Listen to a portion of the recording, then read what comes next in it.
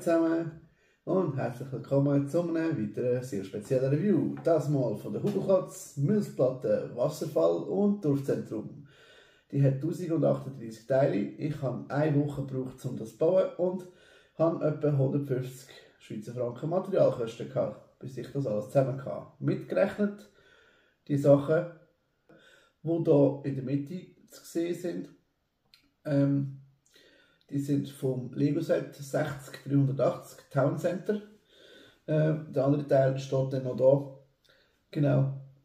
Ich habe diese Platte plus die nächsten paar eigentlich aufgrund von dem erfunden, dass das hier beheimatet sein soll. Ich tue das auch modden. Also meine Brücke ist zum Beispiel schon doppelt so lang.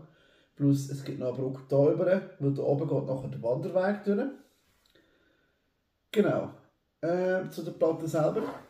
Wir haben hier den Anfang von unserem Wanderweg, der dann hier über die Brücke geht, die ich letztes Mal gezeigt habe.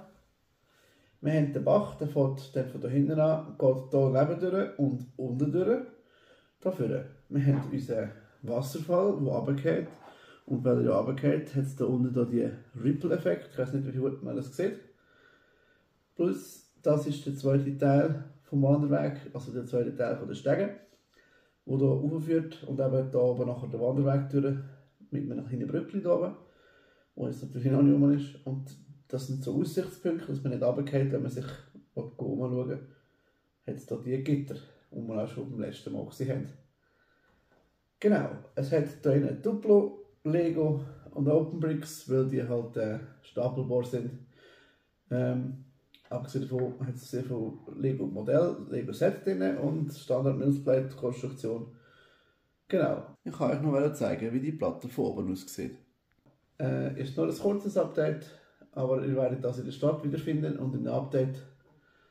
Darum hoffe ich, euch hat das kurze Update gefallen. Wenn ja, gebt doch gerne ein Like oder ihr dürft gerne etwas kommentieren. Kritik ist immer willkommen. Und was uns natürlich sehr helfen würde, wenn ihr das mit ein paar Kollegen und Freunden teilt oder Familie, die gerne Lego spielen oder gerne Lego schauen. Bis dann wünsche ich euch beim nächsten Video viel Spaß. Ciao zusammen!